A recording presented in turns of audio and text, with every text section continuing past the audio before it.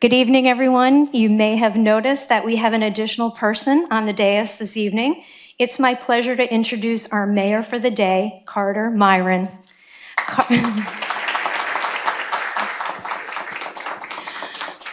Carter's 9 years old, and he's in 4th grade at Timber Trace Elementary School. Timber Trace had their annual auction, and the city participated with a certificate for one student to be mayor for a day. Carter will be opening the meeting this evening and leading us in the Pledge of Allegiance. Carter has had a busy day today and started at 9 a.m. in City Hall. He then received a tour of the Emergency Operations Center and 911 Dispatch Center, followed by a tour of the Police Department and Mobile Command Post, a tour of the Fire Department and the Fire Museum, and now back to the city for our City Council meeting. Please join me in welcoming our mayor for the day, Carter Myron.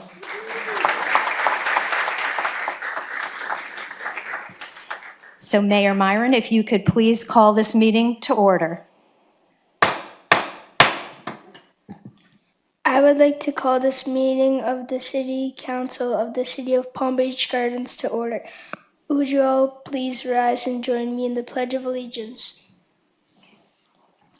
I pledge allegiance to the flag of the United States of America and to the republic for which it stands, one nation, under God, indivisible, of liberty and justice for all. Will the clerk please call the roll? Mayor Middleton. Here. Vice Mayor Kemp. Here. Councilmember Tinsley. Here. Councilmember Primoroso. Here. Councilmember Litt. Here. Mayor for the day, Myron. Thank you. If we can go have a picture with Myron. Sorry, Mayor Myron, if we could do that.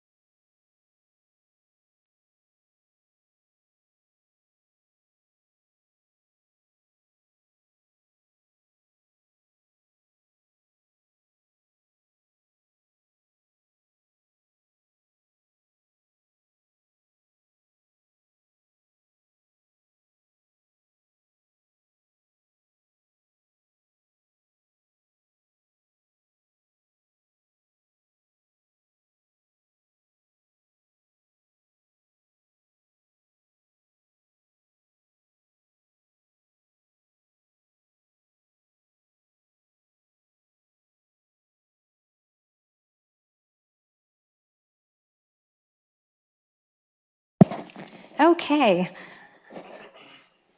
That's so fun. Are there any additions, deletions, or modifications to this evening's meeting? No, ma'am. Okay. We do have a presentation, the 2026 Citizen Survey presentation given by ETC Institute Vice President Director of Communications Research. Jason Morato is here with us today. Welcome, Jason. All right. Good evening, Mayor, City Council, mayors, 2 mayors tonight. That's exciting. My name is Jason Morato. I'm the Vice President and Director of Community Research at ETC Institute. We're a marketing research firm that specializes in conducting community surveys for local governments. And this past spring, we conducted a community survey for the City of Palm Beach Gardens. So today I'm going to walk through the key findings from the survey. I have a little background about ETC Institute. We're a national leader in providing market research for local governments. We've been doing this type of work for over 40 years, and in the last 15 years, we've conducted surveys in more than 1,300 communities across the country. So this is the type of work that we specialize in. This is just an overview of what I'll go through tonight. I'll go over the purpose and methodology of the survey. We'll take a look at the satisfaction with city services, programs, and amenities. We'll look at what residents feel are the top priorities for the city. We'll look at a few other survey findings, and then we'll see how Palm Beach Gardens compares to other communities across the country. So there are several reasons to conduct a survey like this. One is to get an objective assessment of how satisfied residents are with city services and to determine what residents feel are the top priorities for the city. And then we're also able to compare your results with other communities across the country. So this survey was administered by a combination of mail and online to randomly selected households throughout the city. Our goal is to receive 500 completed surveys, and that's a typical sample size for a city the size of Palm Beach Gardens. We ended up with 512 completed surveys, and the survey results at the 95% level of confidence has a margin of error of plus or minus 4.3%. Essentially, that means that if we conducted this survey the same way 100 times, 95 times the results would be plus or minus 4.3% from what we're reporting. So the results are not perfect even for a statistically valid survey, but the margin of error is very small. So now we'll take a look at the demographics of survey respondents. We had a good representation based on the age of survey respondents. We also had a good mix of new and long-term residents. You can see that 20% of survey respondents have lived in Palm Beach Gardens for over 30 years, and then 19% have lived in the city for 5 years or less. And then we also had a good mix of male and female respondents. So first we'll look at satisfaction with city services, programs, and amenities. Here we ask respondents how satisfied they are with major city services.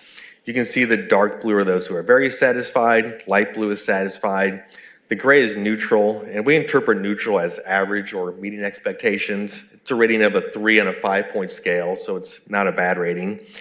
And then the pink are those who are dissatisfied or very dissatisfied. So overall, you can see the positive ratings far outweigh the negative, really across the board, including fire, overall appearance of the city, police department, parks and recreation. One of the areas that really stands out here is the overall quality of city services. That's one of the most important questions on the survey, because here we're asking residents to take into account all of the services that the city's providing and really give an overall satisfaction rating for how well you're doing delivering services. And you can see 81% of respondents are very satisfied or satisfied with the overall quality of city services. Only 3% are dissatisfied. And then also far more positive than negative responses to city code enforcement. We also asked respondents how satisfied they are with recreation programs, services, and amenities that they've used in the past 6 months. Here you can see the dark blue are those who are satisfied, gray is neutral, and the pink are dissatisfied. And you can see across the board, residents are satisfied with recreation programs and amenities. In fact, for all of these, less than 10% are dissatisfied, and in most cases, well over 80% are satisfied. We also asked respondents how satisfied they are with customer service provided by city employees. These results are very positive as well. 75% of respondents are either very satisfied or satisfied with customer service they're receiving from city employees, compared to only 3% who are dissatisfied. So you've got about a 25-to-1 ratio of those who are satisfied versus dissatisfied with customer service from city employees. And then we also found that most residents believe city's efforts to communicate important information about city government are either very effective or effective. And then we also found that most residents believe their tax dollars are being spent wisely. You can see that 84% of respondents are either very satisfied or satisfied with the overall value they receive for the portion of their property taxes that funds the city's operating budget, and that's compared to only 16% who are dissatisfied. So now we'll look at priorities. On this question, we asked respondents which recreation services or amenities they think the city should be providing that they're not currently providing.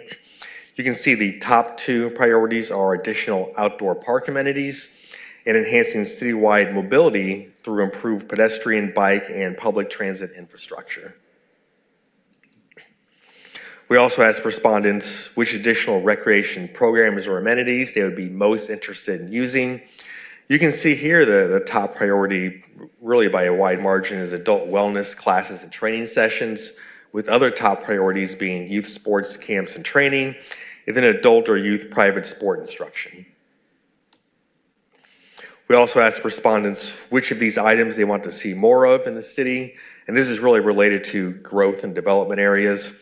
You can see the top priorities are streetscapes throughout the city, mobility infrastructure and connectivity improvements, and then access to restaurant and entertainment. We also asked respondents how important they feel it is for the city to allocate funds to various infrastructure improvements. Here you can see the dark blue are those who feel it's very important, the light blue is important, the pink is not important.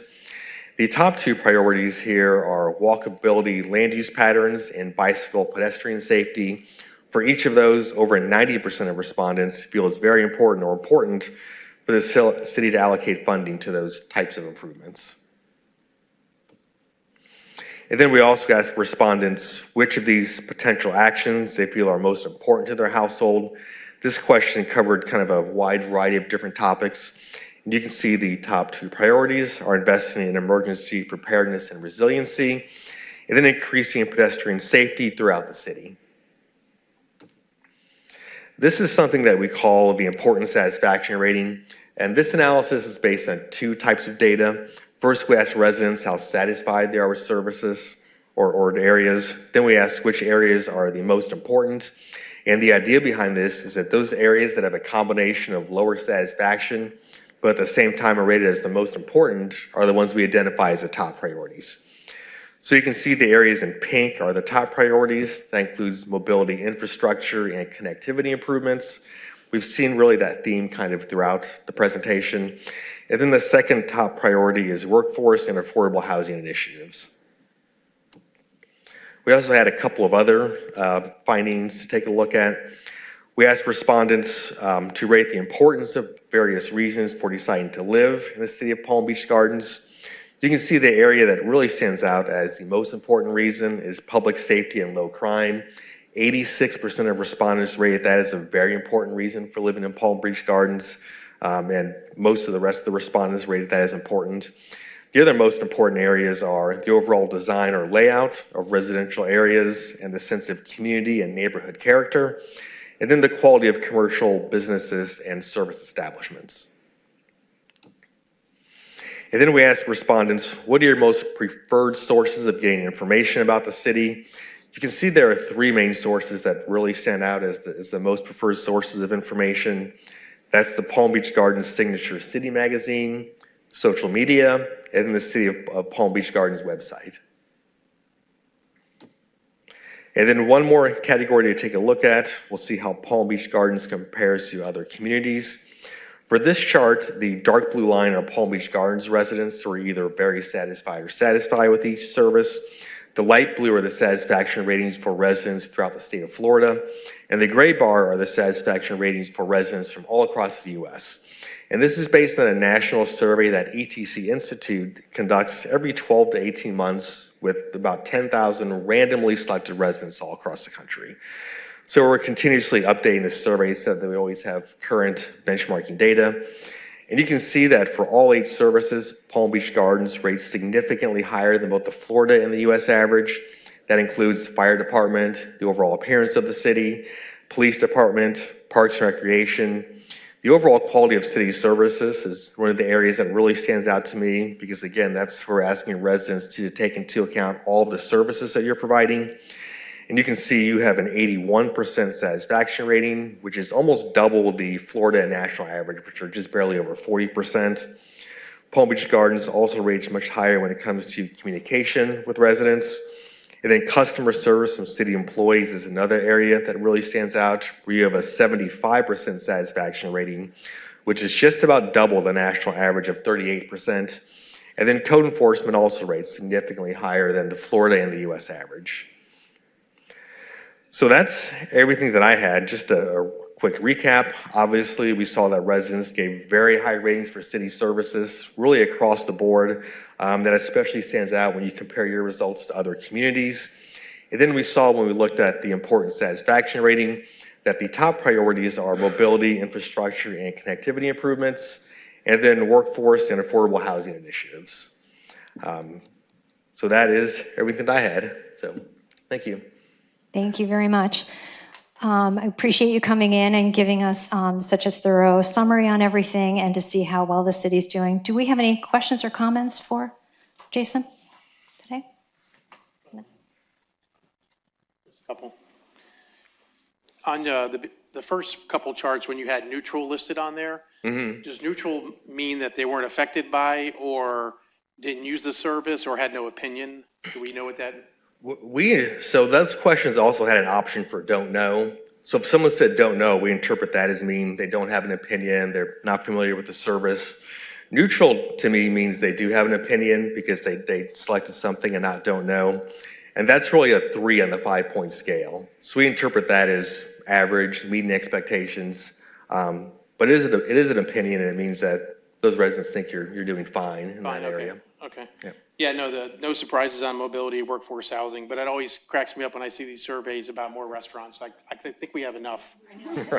But there's always wanting more, and Yeah. I think we have a wide variety and Yeah. probably still 90 on the boulevard, but it's amazing when that comes back, and it's one of the middle priorities. So, Yeah. but no, thank you for all the information. Appreciate your help. Yeah. Absolutely. Rochelle, did you have anything? No? Okay. Marcy? I just have a simple question. I love seeing all this data because it's so informative, and I love hearing from our residents and the survey. We tend to do this every 3 years. Is that what you would recommend continuing to do, or is that the norm? That's a good time frame. I would say the most typical time frame is 2 to 4 years. 2 to 3 probably the most often.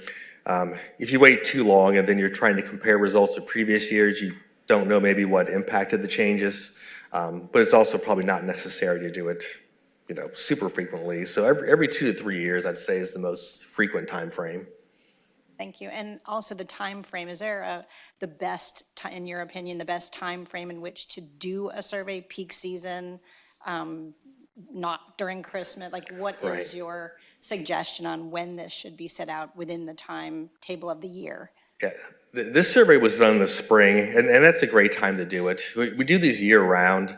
The one time of year we don't do them quite as often is really between Thanksgiving and at the end of the year. We do still conduct some surveys at that time, but the response tends to be a bit slower because people are busy during that time.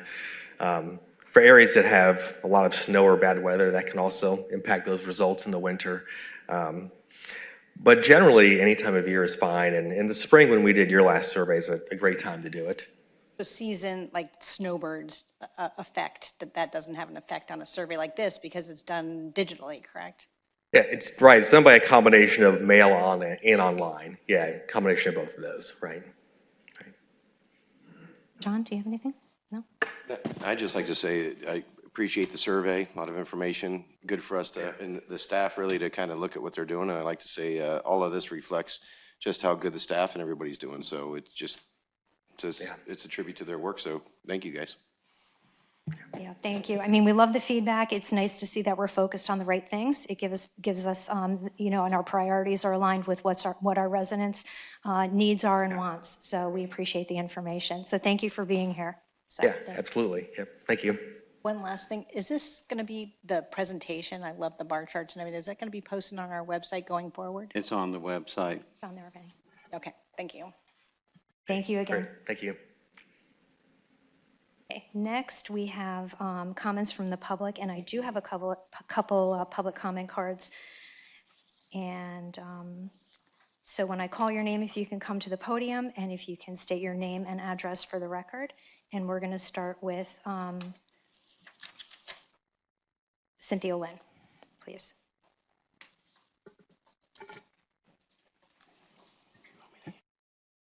Cynthia Lynn, 9994 Timber Creek Way. The city is getting 1.5 million, but only if you create an outdoor recreation park in perpetuity.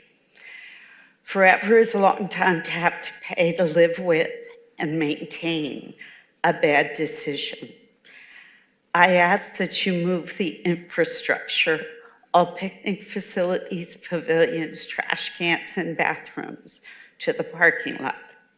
That is what would be required if this were a national park, inhabited by wild animals who eat to live. You are establishing a gardens nature park inhabited by wild animals who eat to live, and locating picnic tables within a stone's throw of alligator-stocked waters and woods filled with all the wild national park animals you proudly showed us in your May presentation is ill-conceived and needs revision for safety's sake. Please remove food from the game plan or fence in the park. Otherwise, in addition to the civil liabilities you'll face, in a highly litigious society, your taxpayers will be stuck subsidizing the nightmare you created, and the 40 of us along the fence who paid a view and privacy lot premium will be saddled with functioning as first responders and trash collectors. I'm currently paying you, Palm Beach Gardens, an extra $4,600 a year for my view and privacy happily. Free money, happy resident. A pair of bald eagles perch fewer than 200 feet from your new map sighting of both a fishing pier and picnic facility.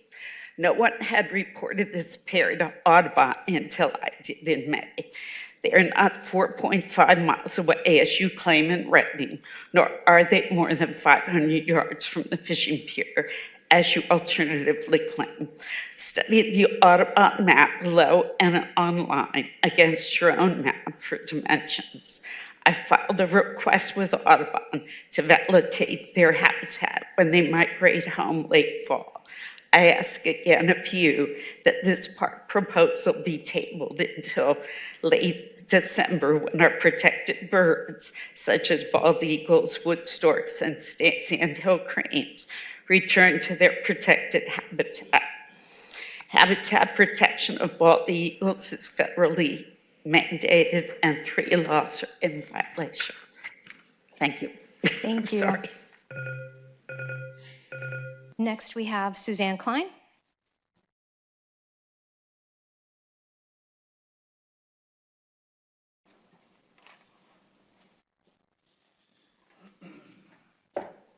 Just give me 1 second. Thank you.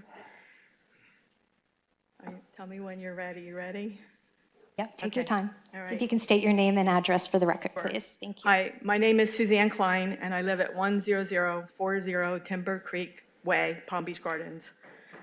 I am a disabled citizen who stands before you again with concerns about the Gardens Nature Park and trails after suffering a major medical crisis on June 4th. The very afternoon after I made my speech here at the last City Council meeting, I suffered a TIA stroke, was taken by ambulance, severe high blood pressure, and hospitalized for 3 days. This severe health setback is a direct result of the immense stress for fighting for my basic civil rights. I shouldn't have to do this, but I am because I really do believe this park is not designed well. I have repeatedly told city administrators that I live with severe health conditions, including brain aneurysms, balance, and mobility challenges, yet my voice has been entirely ignored in the process. As a result of this crisis, I am now left with further mobility impairments and balance issues that challenges every day my mobility and my daily life. My HOA at Regency reported residents who, a lot of the residents were not for these people, speaking for us because we weren't in agreement, but we were actively, and they were trying to communicate with the city planners about offering community input for revisions for the final layout and design of this park. Yet despite my letters and formal requests to discuss reasonable accommodations, the city completely shut me out.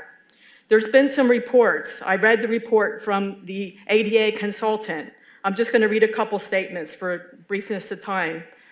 He asks whether the city must treat this as a request for reasonable modification under the DOJ Title II regulations. He stated, "We believe it must. We urge the city," he says, "to initiate the interactive process with the complainant," that's me, "and to gather information to determine if changing the parking can occur without rising to the level of burden." I'm only asking this. I would like to have that meeting. I feel like others have and I have not, and that was recommended on page 4 of that report by the ADA person who reviewed it, John McGovern. He's a very nice man. He seems like an expert. He deserved to be heard. And I urge this council to pause any final vote to build this park with the current revised design until the city administration considers reasonable accommodation. So I can come to these park things that you're having, these wonderful education events in the pavilion and the restroom. Please, I would like to have that interactive process and formally meet to have that design of a park that all citizens, including citizens and able-bodied citizens, can enjoy. I really, really plead with you. This is my life today. I'm risking this. Last time I was here, I was not well after that meeting, and I'm not blaming that totally on that, but I really, really want you to hear me how passionate I am and how important this is to the disabled people of this community. Thank you so much. Thank you. Okay. Next, we have Tanyel Kuakin. Jen, sorry if I mispronounced your name. If you can state your name and address for the record, please. No problem. Thank you, Mayor. My name is Tanyel Kushakjian. People call me TK. First name is Tanyel, it's like Daniel with a T, and last name Kushakjian is kind of like Kardashian. I'm a Palm Beach County native. I live at 441 32nd Street in West Palm Beach. I'm a Palm Beach County native, been here since '84, small business owner and father of two, and a candidate for the Port of Palm Beach. So I want to thank you first for your service to your residents of Palm Beach Gardens, and I know the time and commitment it takes to serve in public office, and I appreciate everything you do for this community. Palm Beach Gardens is a city that is especially meaningful to my family. My wife and I have two young children, a 6-year-old son and a 3-year-old daughter who attend the Weiss School here in Palm Beach Gardens. We spend a great deal of time in this community, and it's one of the reasons why I wanted to come here and just simply introduce myself.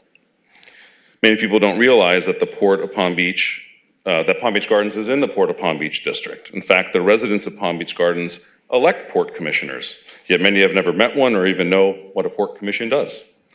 The port is actually one of our region's most important economic assets.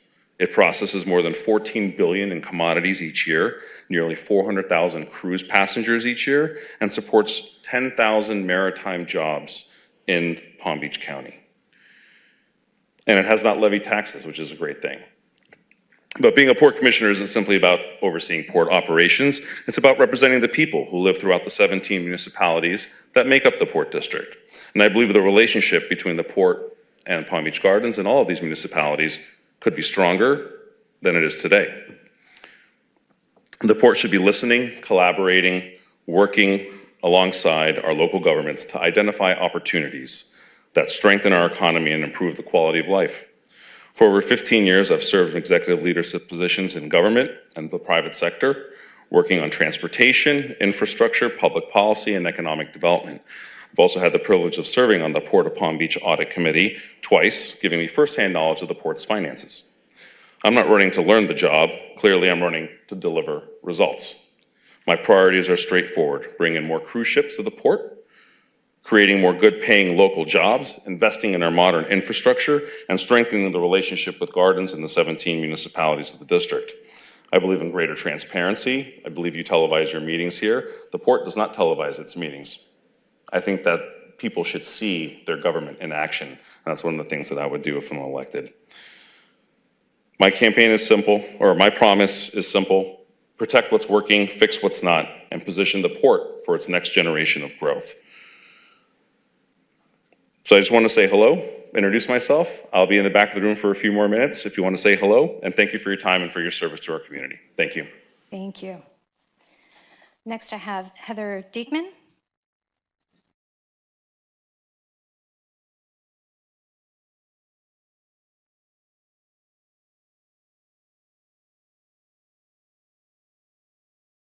Good evening, Mayor and Council. Heather Deichman, 3111 Gardens East Drive, Palm Beach Gardens. I'm here tonight to respectfully request that resolutions 24 and 27 be removed from the consent agenda and placed on the regular agenda for public discussion. The purpose of the consent agenda is to efficiently approve routine administrative and housekeeping matters that are expected to require little or no discussion. It's not intended for substantive policy decisions or amendments that warrant public explanation. Resolution 24 concerns an update to compensation and retirement benefits for our police department. These issues have been the subject of public discussion over the past several months and represent important policy decisions. A public discussion allows council to explain these changes, recognize the service of our officers, and demonstrate the city's continued support for the department. Resolution 27 raises an equally important issue. The agenda memorandum characterizes this amendment as simply revising language related to financing documents. However, after reviewing the amendment itself, it appears to do more than that. It changes substantive provisions related to financing, lender requirements, default provisions, and the city's contractual rights. These are not simply technical revisions to the public-private partnership agreement. This project is considered fully funded under a promissory note, and this project was presented to the public as one that would be constructed without financial burden to the city. When an amendment changes financing provisions, lender rights, and default protections, the public deserves to understand whether and how the city's risk position is changing should PBNAF default and fail to meet its obligations. This is now the third amendment to this agreement, and when amendments involve financing, defaults, lender rights, and city's contractual protections, they deserve public discussion, not placement on a consent agenda. Before approving these changes, the council and the public should understand what risks are changing and why. Both of these resolutions involve matters of significant public interest. They are not routine housekeeping items, and I respectfully ask that they be removed from the consent agenda and considered as regular business so they can receive thoughtful public discussion from council. Thank you. Thank you. And next I have Maria Marino.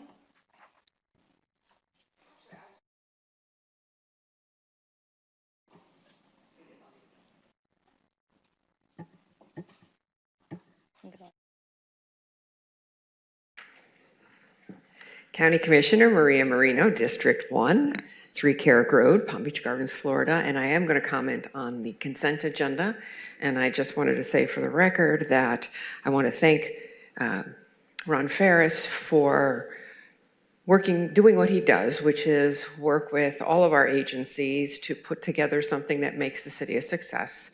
I also am going to put on another hat. I'm the only county commissioner in the state of Florida on the Florida Accreditations, Law Enforcement Accreditations Commission, and I want to congratulate the city of Palm Beach Gardens for your accreditation as an Excelsior organization. That means, when I left my phone over there, it means you go above and beyond. And so Ron, working with PBA, getting this contract done, doing what was asked of you to sit down and have a meeting, I just wanted to say thank you. Thank you. Okay, I do not have any more public comment cards, and next is the city manager report. No report. Okay, and next is the consent agenda. I'm going to pull Resolution 24, 2026, please. And can I get a motion and a second for the consent agenda minus Resolution 2024, 2026, please? Make a motion to approve. I'll second. Okay, motion approved. Motion passes 5-0.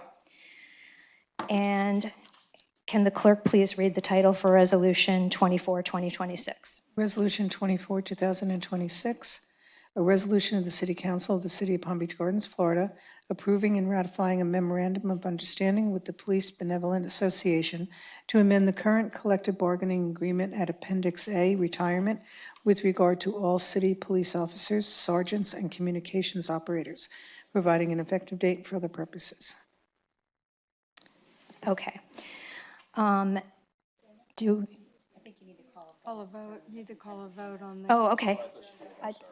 I did, didn't I? Oh, no. Okay. Call a vote. We got the first and second, but we didn't call a vote. Okay. All in favor? Aye. Aye. Okay. Motion passes 5-0. Thank you. Thank you. Thank you. I missed that too. I'm glad you guys. Okay. So thank you, Patty, for reading the title for that. Do we want a staff presentation on Resolution 24, 2026, or just do we want to make some comments about that? So, I'd like one. I'd like to have a small Let's do small a presentation. staff presentation on it. Cheryl to the podium, please. Thank you, Cheryl.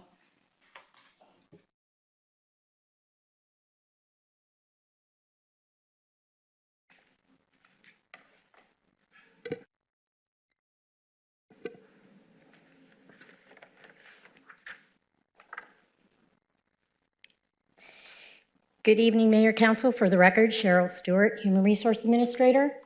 As you know, we currently have a 3-year agreement with the Police Benevolent Association. The contract began October 1st, 2025, and it runs through September 30th of 2028. Provides annual salary adjustments each year of the contract to keep us within the top quartile, 3 to 5 within comparable agencies in Palm Beach County, law enforcement agencies. However, this labor market has continued to be extremely competitive, impacting our retention, particularly with respect to pension benefits. So as a result, as directed by council at the May 7th council meeting, staff had a labor management meeting on May 29th with the PBA Executive Board to talk about ways to retain more officers, again, focusing on pension.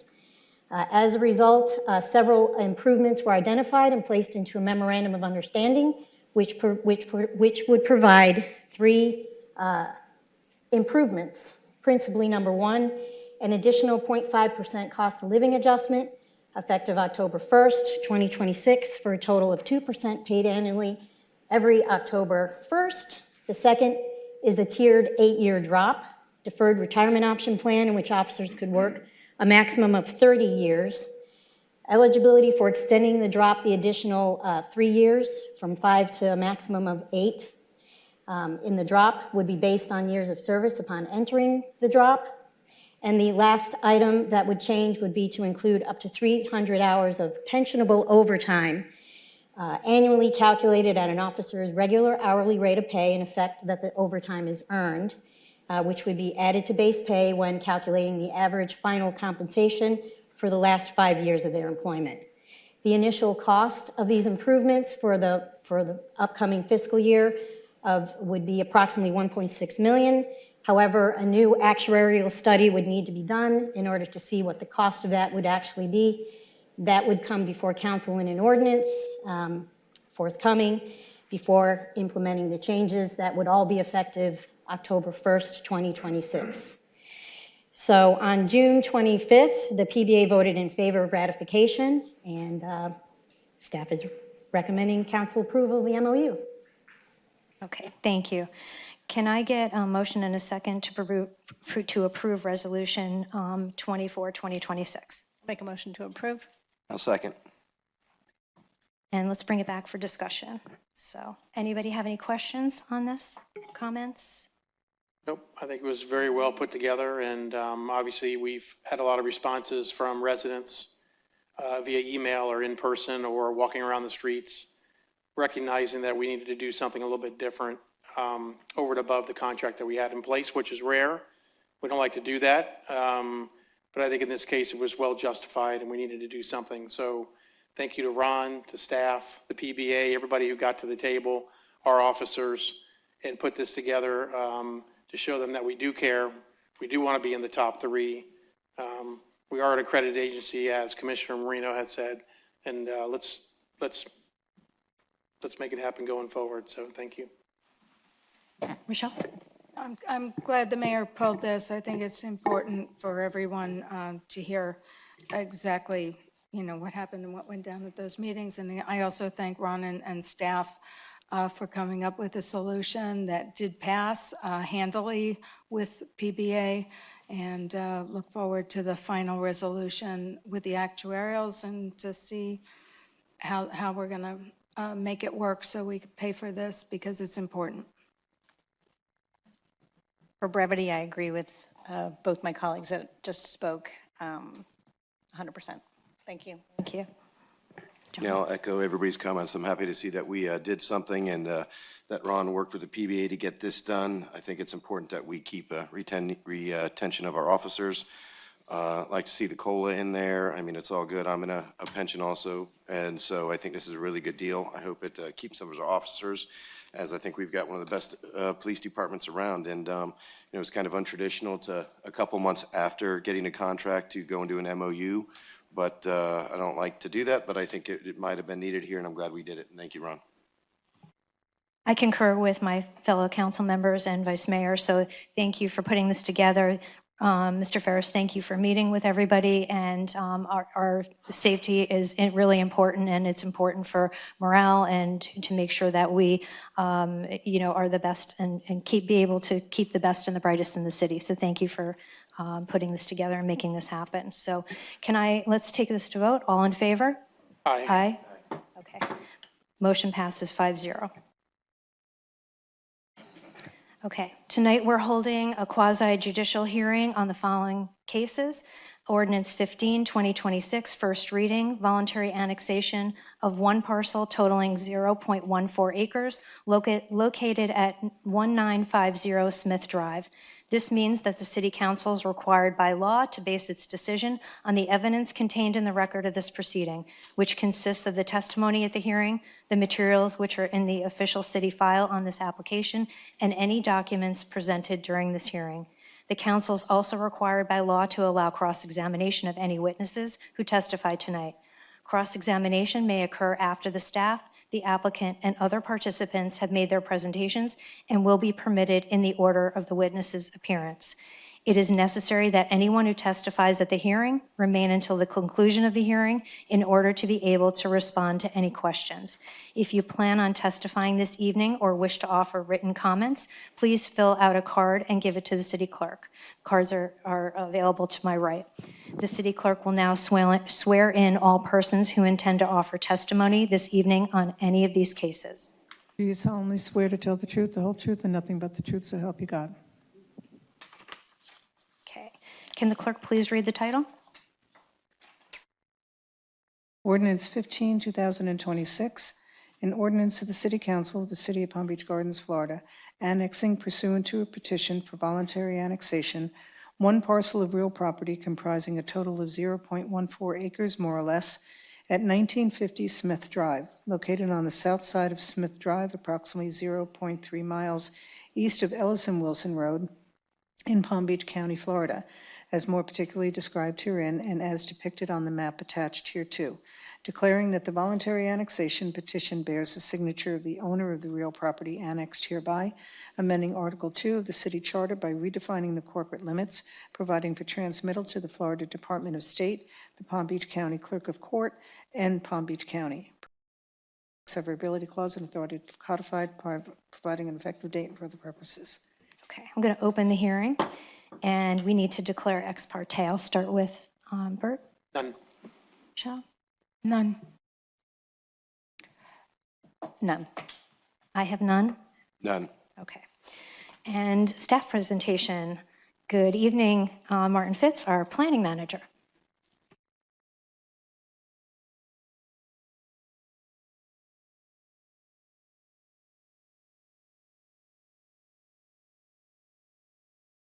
There we go. I might turn it off. I apologize. Let's try that again. Madam Mayor, members of the council, for the record, Martin Fitz, Planning and Zoning, and I have been sworn in. I have a brief presentation for you for Ordinance 15, 2026. This is a voluntary annexation of one parcel totaling approximately 0.14 acres located at 1950 Smith Drive.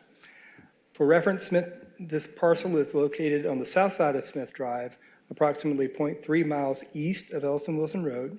Smith Drive is located north of Bomar Drive and PGA Boulevard between Ellis and Wilson and US Highway 1. The parcel is located adjacent to the Seasons 52 employee parking lot in this area. For reference, the parcel is currently has a county high residential 8 units per acre land use, which would allow a development of one dwelling unit on the parcel. And it has a Palm Beach County multifamily residential high density zoning district. The parcel is owned by Bomar 2001 LLC, who are the owners of the Kaplan Dental Office immediately to the south. The owners want to bring both of their properties within the city. They already have one. They currently use the site as a grass overflow parking lot, and no development is being proposed for the site. As with any annexation, we compared the proposed property to the state statutes to make sure that it met all of the appropriate criteria. And based on our analysis, it does meet all of the requirements of Chapter 171 of the Florida statutes. This parcel is located within the annexation area of interest number 21 in the city's annexation study, and the annexation meets all of the city's level of service standards. The site has been noticed appropriately, and ads will run before the second reading. We sent notice to the county administrator and the planning director consistent with the county's voluntary annexation ordinance. The property is not located within the unincorporated protection area, so no further action is required by the Board of County Commissioners. This was heard before the Planning, Zoning, and Appeals Board at the June 9th meeting and was recommended approval by a vote of 5-0. And staff recommends approval of Ordinance 15 on first reading for the annexation of 0.14 acres based on the findings of fact. And staff is available if you have any questions. Thank you. I do not have any comment cards on this, so I'm going to close the hearing. And can I get a motion and a second to approve Ordinance 15, 2026 on first reading? I'll make a motion to approve. No second?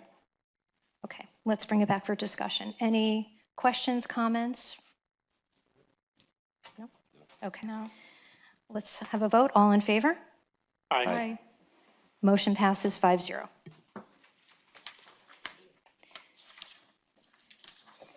Okay, can the clerk please read the title for Ordinance 16, 2026? Ordinance 16, 2026, an ordinance of the City Council of the City of Palm Beach Gardens, Florida, amending Chapter 78, Land Development at Section 78-159, Permitted Uses, Minor and Major Conditional Uses, and Prohibited Uses, by amending Table 21, Permitted, Conditional, and Prohibited Use Chart, and by amending subsection J at notes 24, 26, and 48. Further amending Chapter 78 at Section 78-221, PGA Boulevard Corridor Overlay, by repealing subsection C and readopting same as revised, and by amending subsection D to clarify the overlay boundaries and update the list of permitted and prohibited uses for clarity and consistency with Table 21. Further amending Chapter 78 at Section 78-751, definitions, by amending the definitions of department store, discount department store, and thrift and used merchandise store, and adding definitions for discount store, fixed price retail store, outlet or clearance store, grocery store, discount grocery store, specialty, and temporary or seasonal store to provide clarity, providing that each and every other section and subsection of Chapter 78 Land Development shall remain in full force and effect as previously adopted, providing a conflicts clause, a severability clause, and authority to codify, providing an effective date and for other purposes. Okay, I'm going to open the hearing. And another staff presentation by Martin Fitz. Ma'am. Thank you, Madam Mayor, members of the council. For the record, Martin Fitz, Planning and Zoning. And I have a presentation for you this evening for Ordinance 16, 2026, which is a city-initiated land development regulations amendment to clarify the PGA Boulevard Corridor Overlay boundaries and uses, to clarify and add new definitions for discount retail uses, and update Table 21 to include new uses, and update the notes. For a little background, the PGA Corridor Overlay was created in 2000 when the City Council adopted Ordinance 17. And the purpose of the overlay was to recognize the importance of PGA Boulevard as the main street for the city and to implement policies and regulations to protect the character and aesthetics of the PGA Boulevard. The overlay has been updated several times over the years to add new uses and to update other criteria. However, shifts in the regional and national retail market within recent years has necessitated the city to create clearly articulated definitions of discount stores in order to make sure that we are implementing those criteria consistently. Now, a full list of the proposed amendments are included in the staff report, so I won't go over all of them in detail. However, I do want to highlight a few of the key points of that.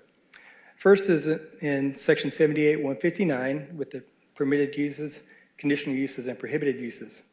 We're proposing to amend Table 21 to add new uses for the discount store, grocery store discount, and grocery store specialty.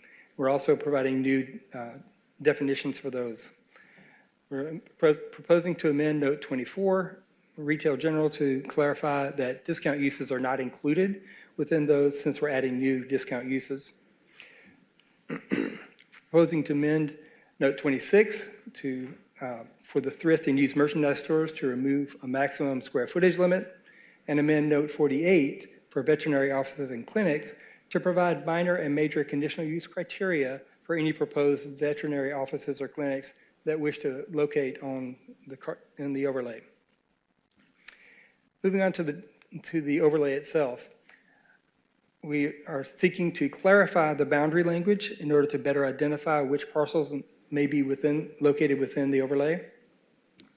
Currently, the definition for the boundaries includes a list of lands that front or abut PJ Boulevard for a depth of 1,000 feet from the right-of-way.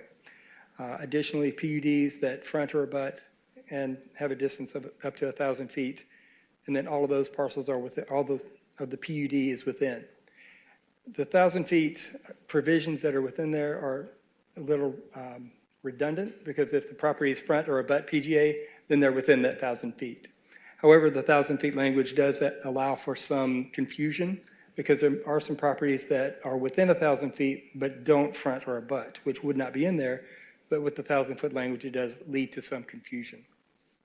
So we're proposing to update the language to remove the 1,000-foot distance criteria in there and be very specific that if the property is front or abut PGA, then they are included within the overlay.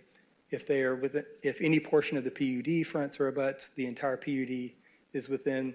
And for planned community development, the non-residential portions that front or abut PGA are included in the overlay. And as you can see with the exemplary map that we have, it's very clear which parcels are in and which ones are out. Moving on to the district uses, we're proposing to update the list of permitted uses to reflect changes that have been made to Table 21 in the recent years that were not included in PGA. For example, we're removing, several years ago, we incorporated private clubs, fraternal organizations, and places of worship within the umbrella use of places of assembly, and then had graduated approval thresholds. So we're proposing to update the list of uses to remove the private club and lodge and churches and places of worship and replace those with the place of assembly with the thresholds. We're also proposing to update the additional uses such as beauty parlors and massage therapist and spa to be consistent with the changes that have been made to Table 21.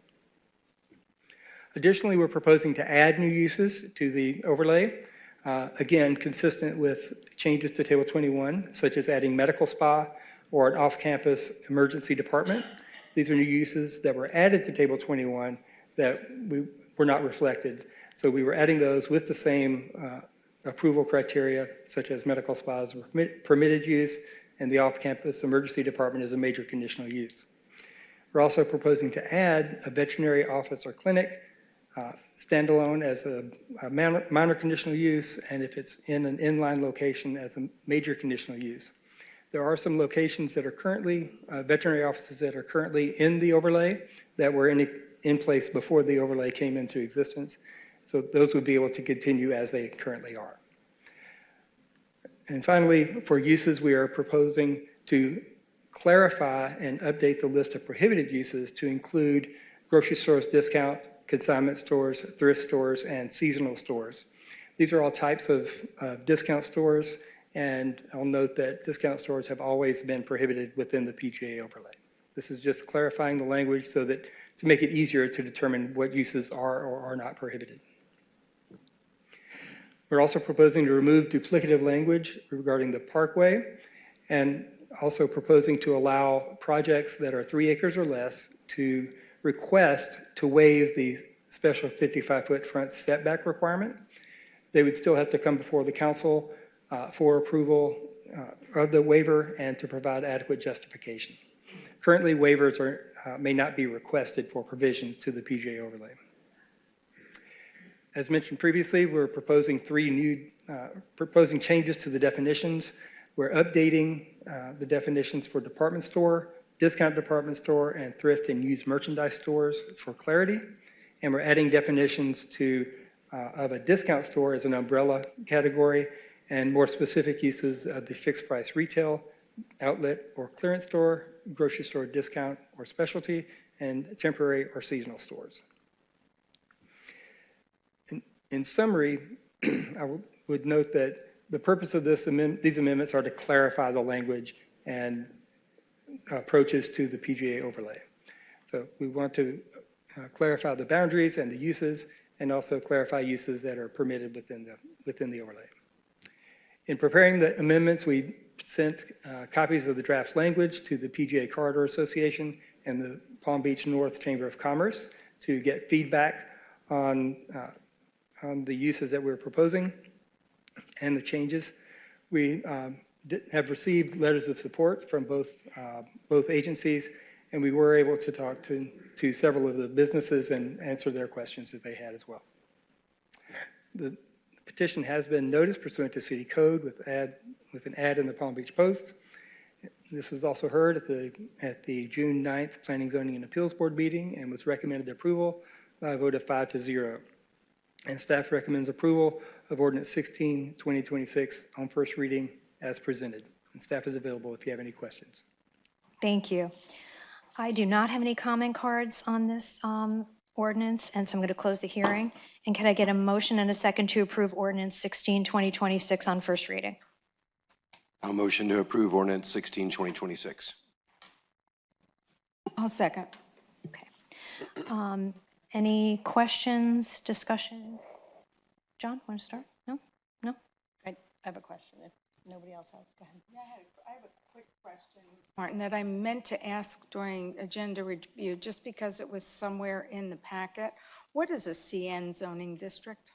That's neighborhood commercial. Commercial, got it. So not NC, CN. Got Yes, it. ma'am. Okay, commercial neighborhood. Commercial Thank you. neighborhood. Bert, do you have anything? Yeah, I just have one question, clarification. The veterinarian offices or hospitals or whatever, do they allow overnight boarding there? Currently, they do not. We have a provision that boarding may be permitted as an accessory use to the vet.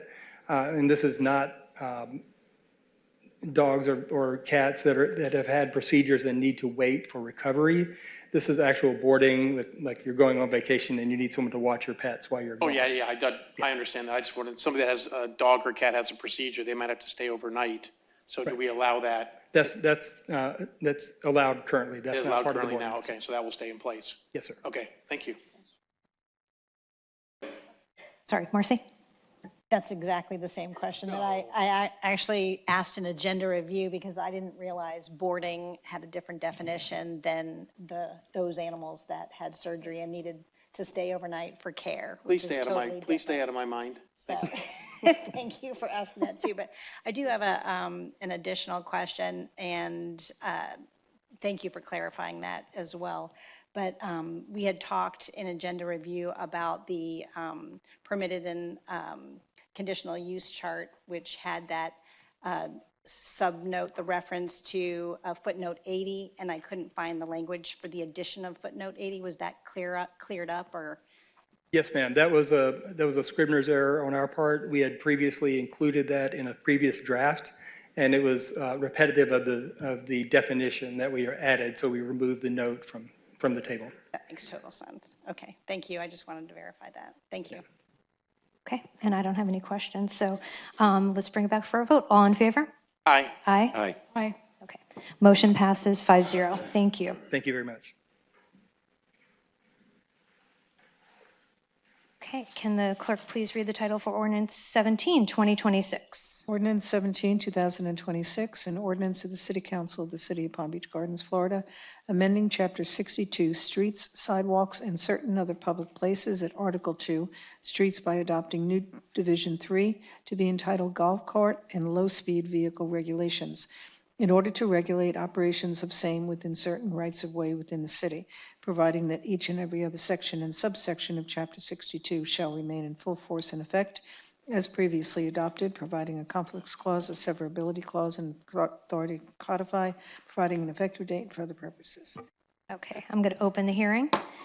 Does anyone have any additional questions for Max? And Max, do you want to maybe summarize the changes we have in here?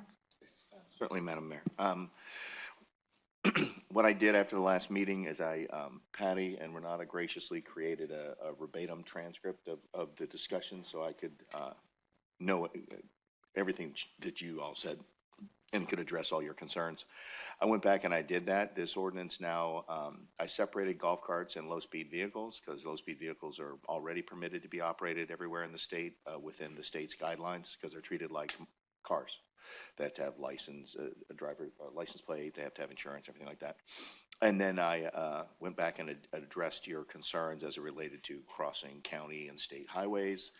I added some language about minimum standards for operating the golf cart in general, that they be equipped with efficient brakes, reliable steering apparatus, safe tires, a rear view mirror, and that they had the red reflectorized warning devices, both front and rear.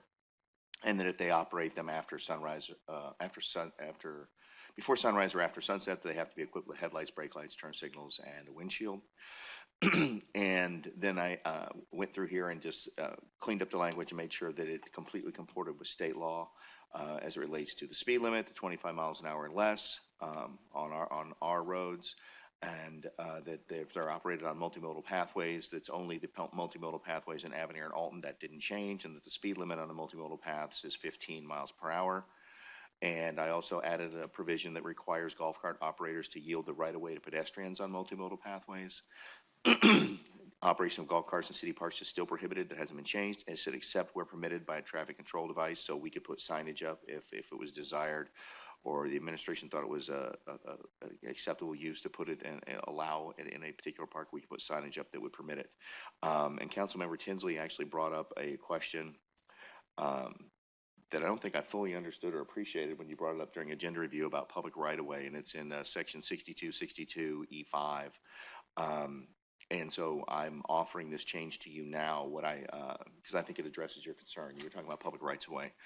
And so it would say that any person operating a golf cart, it used to say within a public right-of-way, they would say anybody, so now it would read, any person operating a golf cart on any travel lane or roadway portion of any roadway or multimodal path within the city over which the city has traffic enforcement authority must have in his or her possession a valid learner's driver license or valid driver license. And the reason that I suggest that is because there are instances where if a gated community that does not have a traffic enforcement agreement with us, they have a right to adopt their own regulations as it relates to how they want to operate golf carts in their community, if at all. And they may or may not want to require driver license or learner permit within their community if they don't have an enforcement agreement. And the way this read, it could create a potential conflict because it's not the intent for this to apply in those communities if they don't have a traffic enforcement agreement. So that was a good point. I was sitting there thinking about it. I was like today, and I thought it would be wise to change it. So if you guys are amenable to that, we would include that revised language. They're prohibited operation of the golf carts are prohibited on county roads and state highways unless we've obtained consent or permission from the county or the state. I don't think we have any county roads in the city right now that are under 25 miles an hour or under. If there are, we can always reach out to them and allow and try to get those permitted. Golf carts can cross over rights of way, but they only can do it at marked intersections that are regulated by a traffic control device. So that'd be a stop sign or a traffic light. We don't want people crossing mid-block. We don't allow jaywalking. We don't want people trying to cross a military trail in the middle of the block in their golf cart. And it would allow people to cross over from North Lake, cross North Lake from Bay Hill over to Avenir, et cetera. And again, the private community enforcement, golf carts operated in private communities, they're subject to the enforcement rules established by the private community, which shall have the sole responsibility in each community, except where there's a traffic enforcement jurisdiction that's been granted to the city through an agreement. Low-speed vehicles, again, I just adopted, I don't adopt anything. I inserted the language from state statute so that we comport with that. And again, people that are allowing golf carts on our roadways, if you adopt this tonight, then if they violate it, of course, like we always do with ordinances like this, the administration is already working with our police department and our media relations to make sure that we get an education program out there and we educate the public first. But if, months down the road, if somebody were to violate one of this, if the police officers thought it was egregious enough, they could be issued a uniform traffic citation just like any other vehicle operation. That's all I've got. Okay, I do not have any comment cards on this, so I'm going to close the hearing. And can I get a motion and a second to approve ordinance 17, 2026 on second reading and adoption? Make a motion to approve ordinance 17, 2026 With the amendment? with the amendment. Thank you, ma'am. Second. Okay. Let's bring it back for discussion. Anybody else have any questions, comments for Max?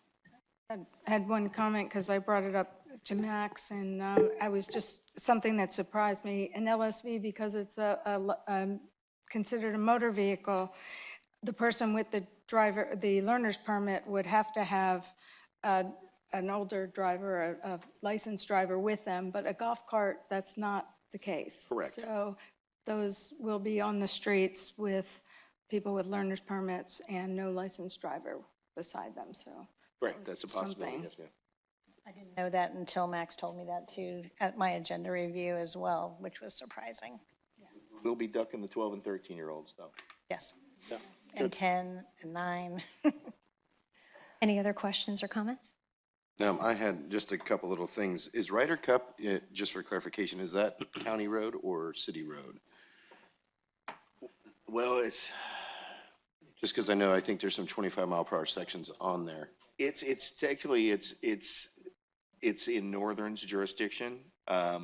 And yes, there are sections of it that are 25 and sections that are 35, and it is somewhat problematic. I did include them in there and say that they could operate the golf cart on that roadway inside the gates of PJ National, but there are sections of it that exceed 35 miles an hour, and they should not be operating their golf cart on it.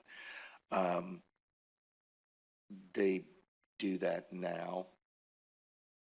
I mean, yeah, I know, but you had just said, like, for the ordinance over, you said we might need to make a notification to the county, or is it sometimes better to ask for forgiveness? I don't really, I can look into it. I don't think that we have a problem with it inside the gates of PJ National, but I can double check on it. Okay. And then do we ever, like, notify the sheriff that we've made this change just for their policing rights? Like, if they see a golf cart shooting across North Lake on Bay Hill and they're driving into their district station out there on the Beeline, so that they know that it's actually allowed there? Or is it kind of like wait till something happens? I think that we'll rely on our police department to take care of it and communicate with the sheriff's department so they know that, we have this and it's permitted in our city. We're pretty good about making sure that it's our guys that are enforcing. Our guys and gals are the one enforcing traffic in the city instead of the greens and whites. But I'm sure that Chief Step and the rest of the department they'll take care of all that. And once we pass resolutions like this, do we start going towards, I'm trying to add this into planning and zoning for the rest of the city, like making sidewalks 8 foot when they're approved, or is that something case by case? Or we just don't do it at all? Well, that's something we already are doing as part of the mobility plan, is we're typically installing and requiring multimodal pathways. And that started even when Military Trail when some of the developments on Military Trail in the north end of town, the meandering sidewalks and the larger sidewalks were already included. So it's something that is being included and being required in many cases in redevelopment. It's just that right now, those are the only 2 communities that are really well suited to it because of the interaction with a lot of relatively high-speed roadways right now. And then I had something for kind of get the council's opinion on, because I had mentioned insurance on these, which isn't expensive. And, I'm kind of 50-50 on it, so I was kind of looking to see what you guys thought about maybe adding it in. I talked to Max about it in my agenda review.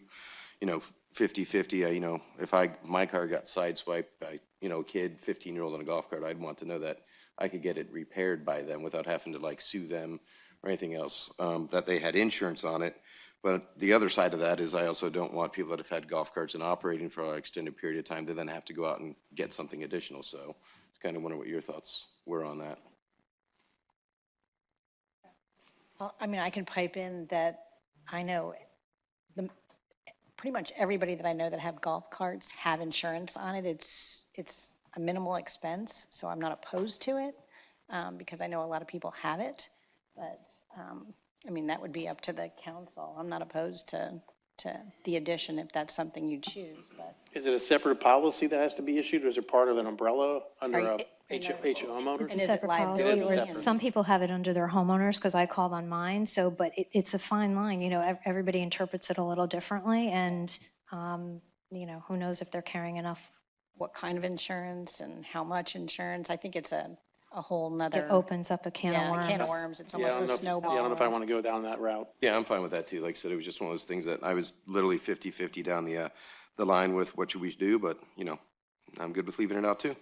Well, on that front, what happens if someone in a golf cart hurts someone and doesn't yield to the pedestrian if there is no insurance? Same thing would happen if they ran them over with a bicycle right now, or an electric bike or a scooter, or randomly walked up on the street and punched him in the face, it would be the same liability and they'd have the same exposure. There would be, again, they just wouldn't have insurance, but they would, the person would have the same recourse. That's what's happening now. Got it. Right. Okay. To go back real quick to what John had said about Ryder Cup, city's under a contract with them to police speeds on Ryder Cup, though. That is under our jurisdiction for enforcement. Is that correct? Well, that portion of Ryder Cup is kind of a unique animal, because during the day, Ryder Cup is, anybody drives through the gates of Ryder Cup, it's completely accessible by the public, and our police officers do enforce traffic inside PJ National, in that portion on Ryder Cup, and they will continue to do so. So would that include the golf carts then Yes, during those absolutely. hours as well? Okay. I have a question also, and I'm 100% in support of this. My question is, just because I know communities might ask, if they choose to use the language that's in this ordinance or if they choose to invite our police in to enforce, they would have to do what was written in here, which was become a golf cart community, and they would have to establish their own rules, or can they just utilize these? It's a binary choice for them. If they want to have, if they want the city's police department to enforce traffic regulations in their community, then they enter into the enforcement agreement with us. And this would then apply as all other traffic regulations. Good. If they don't want to have traffic enforcement by our police department in the city, they're free to use this as their own guideline or their own rules, but it would be separate from us. Ones enforcing Yes, their ma'am, and own they would be rules enforcing it on their own. or Yes. fees if they so choose to adopt them. I mean, a lot of our communities now have this agreement with the police now, right? A ton. Yeah. The vast majority of, and I know that Assistant Chief Randall Anderson, he can correct me if I'm wrong, but the vast majority of gated communities in the city already have a traffic enforcement agreement with us. I think there are, I mean, literally, you maybe 1%, 2% that don't. I figured most of them did already, so this will apply to them, so that's going to work out just fine. But then they would just have to post that they're a golf cart community. And No, they don't. They That's if don't. That's if they're That's my allowing golf carts confusion. privately. Okay, perfect. Any other questions, comments? Okay, let's take a vote. All in favor? Aye. Aye. Okay, motion passes 5-0. Max, I know we don't give you credit from time to time, but thank you for your work on this. This was a lot of comments, a lot of discussions, and a lot of changes, and it's not an easy thing to put together, so thank you for doing that. Thank you. It's my pleasure.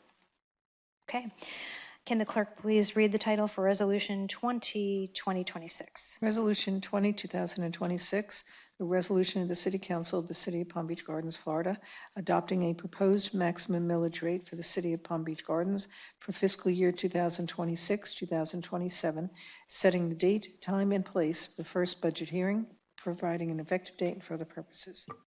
Okay, and we have a staff presentation from our Finance Administrator, Ariane Panzak. So, hello, Ariane. Hello. Good evening, Madam Mayor, Council. For the record, Ariane Panzak, Finance Administrator. Tonight I have a brief presentation which kicks off our first official step in the annual budget adoption process under the Department of Revenue's TRIM or Truth in Millage procedures. So tonight, under Resolution 20, it sets out to accomplish two things. First, it sets the maximum millage rate that may be levied in the upcoming year, and it also sets the date and time for the first public hearing, which will be published in the proposed tax notices that are issued and mailed to our taxpayers next month.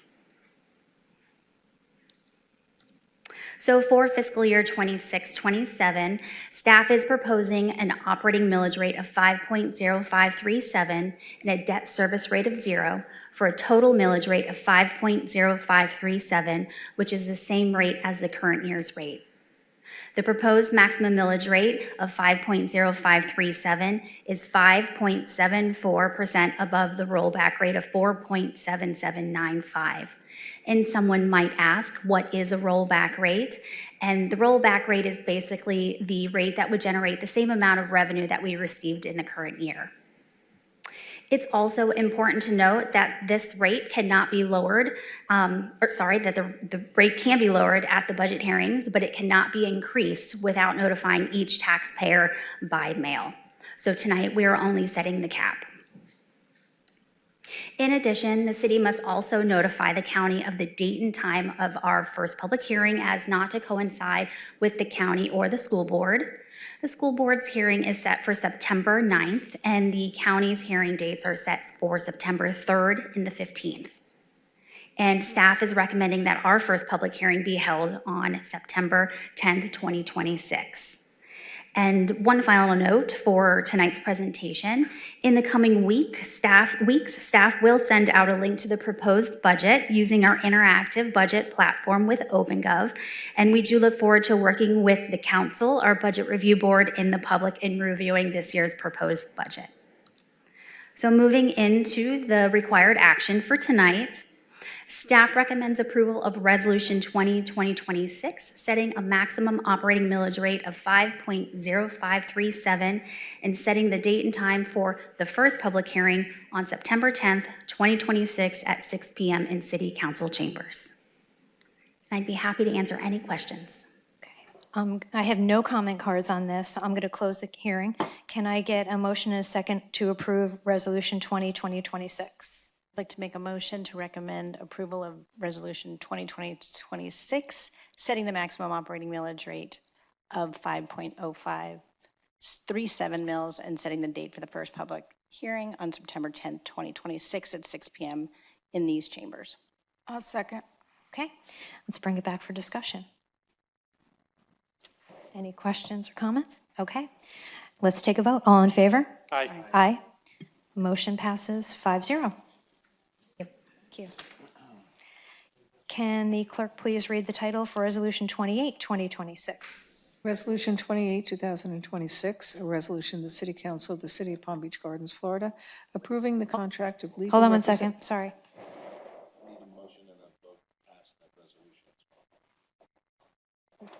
Made a motion for the millage.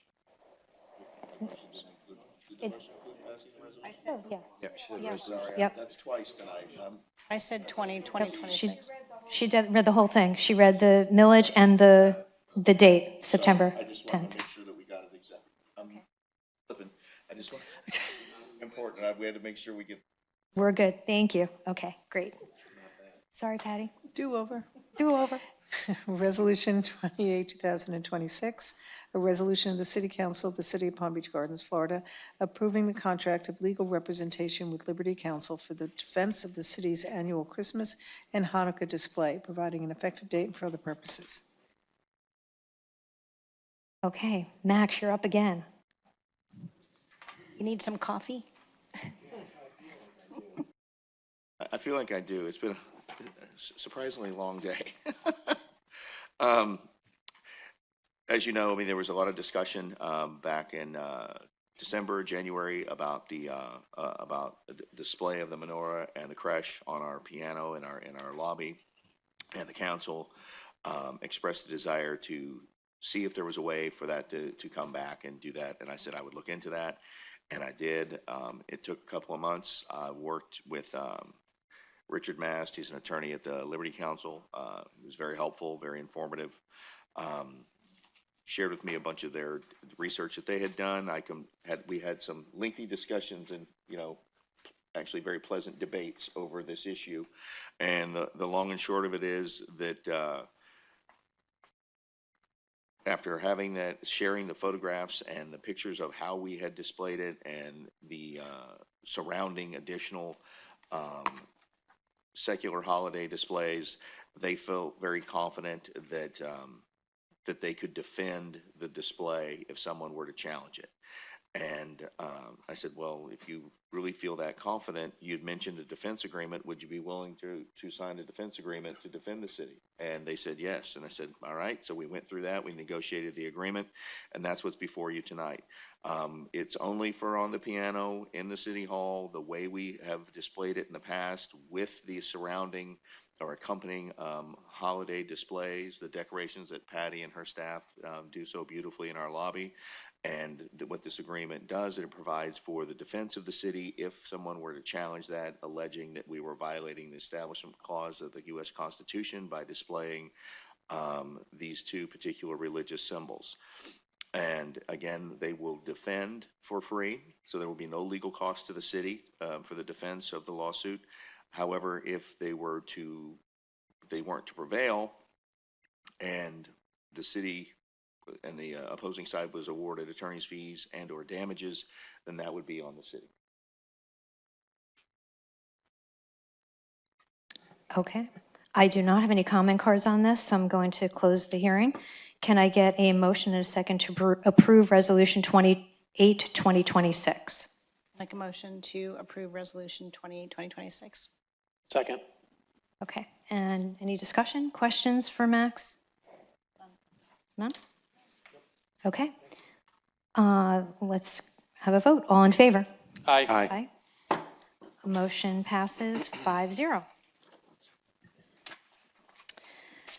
Okay, council actions and discussions. So I'm going to start out. I just want to, a couple different things. The Pinnacle, our e-newsletter came out this week over the past day or so, and I find no better way than for our council to thank and praise our leaders and our staff than through the Pinnacle. So it was really well done. Every time it comes out, it gets better and better, much more information in there. So thank you to Candace and staff on that. It featured our Park and Recreation Month, our safety information and activities on the horizon. Huge thank you for our staff for going above and beyond. And we had a really festive 2020, 250 anniversary month-long activities. So thank you to Recreation and everyone throughout the city. I personally went to Fire Station 6 on the 4th of July, and it really warmed my heart to see all of our fire rescue staff and families and kids out there interacting with everybody. It was very well attended, and our fire staff was on hand to take pictures of the families, and it was very, very well received. So I just wanted to say thank you for that. I also wanted to thank everyone involved with logistics for supporting the months and weeks of intense Team England and Team Portugal that were here. To Tim and to Daniel and to Corey, it was a very, very special time to have England and Portugal here, and England is still in it as we speak. So, I'm cheering them on. I don't know if anybody else is. I also wanted to give a shout out to John Bohm, and for working so closely with Matt Forrest and Ballard Partners. We have secured 2 of our appropriations.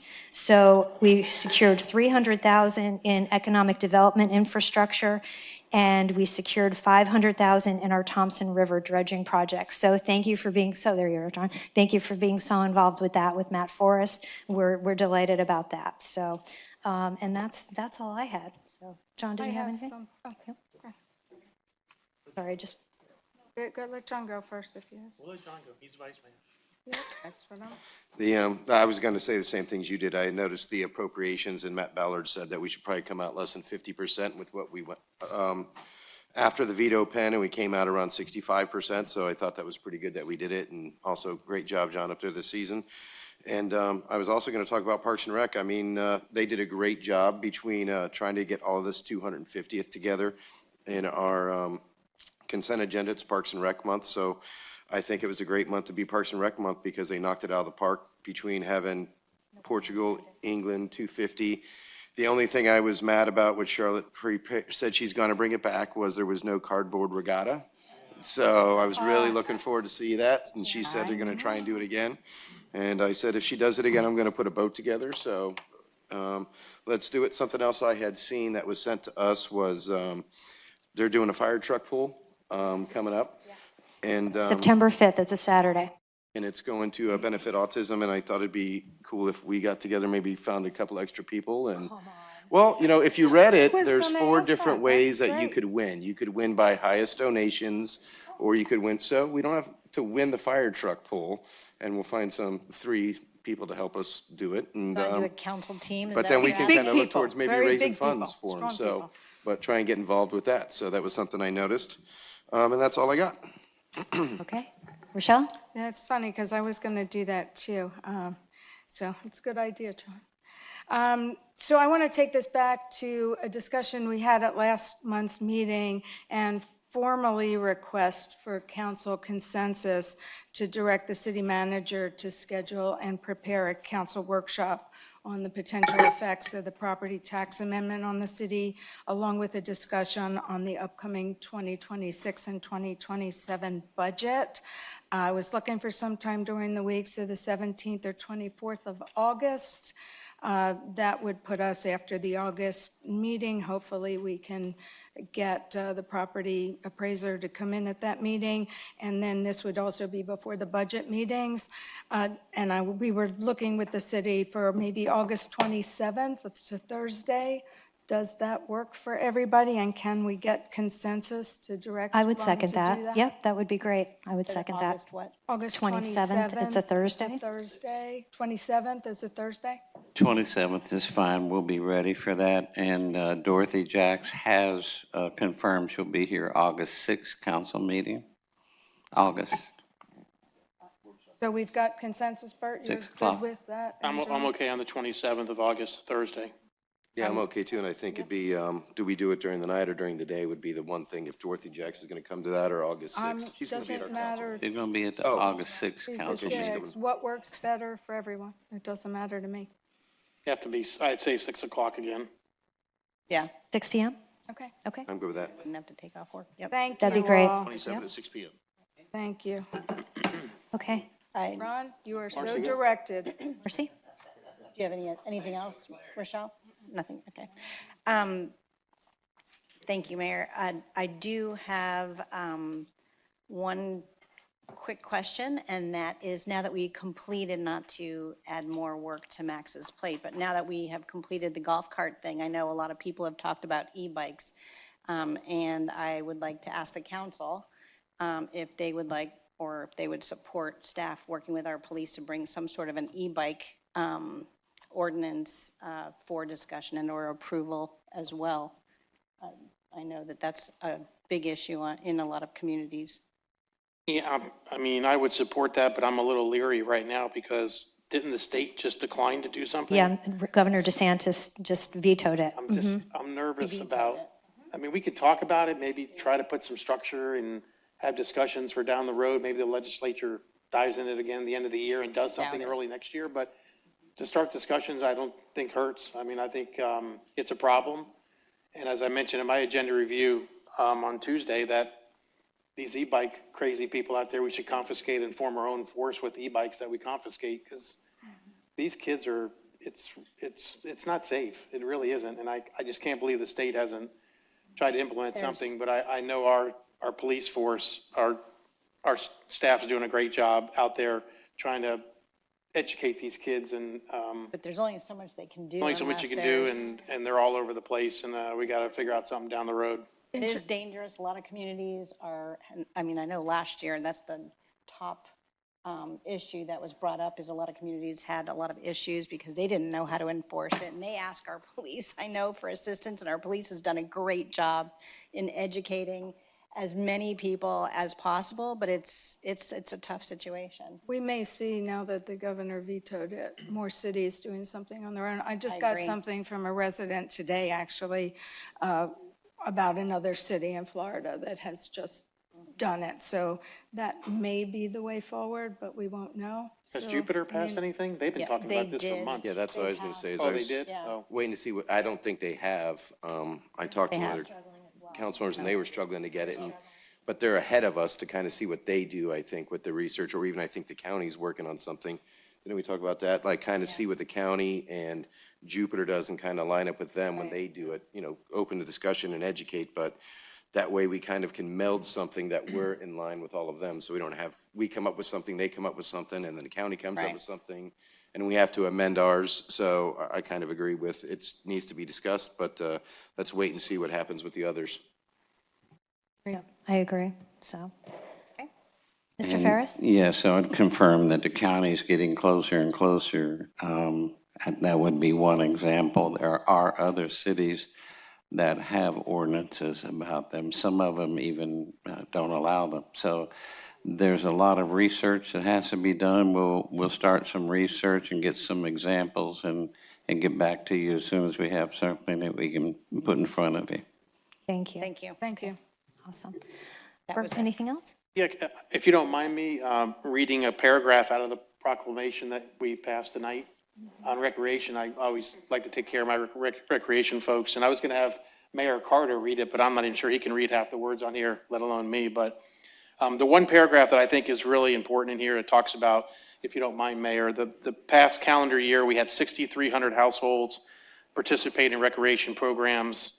Total number of registrations and reservations exceeded 82,000 in our city. Over 1,100 pass holders enjoyed the tennis and pickleball center. Lilac alone had almost 1,000 pass holders. We had 2,300 youth participate in summer camps. 5,300 seniors visited and enjoyed activities, games, and trips, which was in coalition with the Burns Road opening up again. We had over 40,000 people visit the aquatics complex. Amazing, really amazing. Over 200,000 hours of athletic field and facility permits were issued. And the beauty of all of this put together, we had 159 on the house, large and small community events, which were held to the public. So we just don't charge for everything. We also give a lot. So thank you for putting that proclamation together and putting your name on it and passing it. And I think we just got to promote this stuff because it's really amazing what we do. We know all the facilities that are being built and we see how busy they are.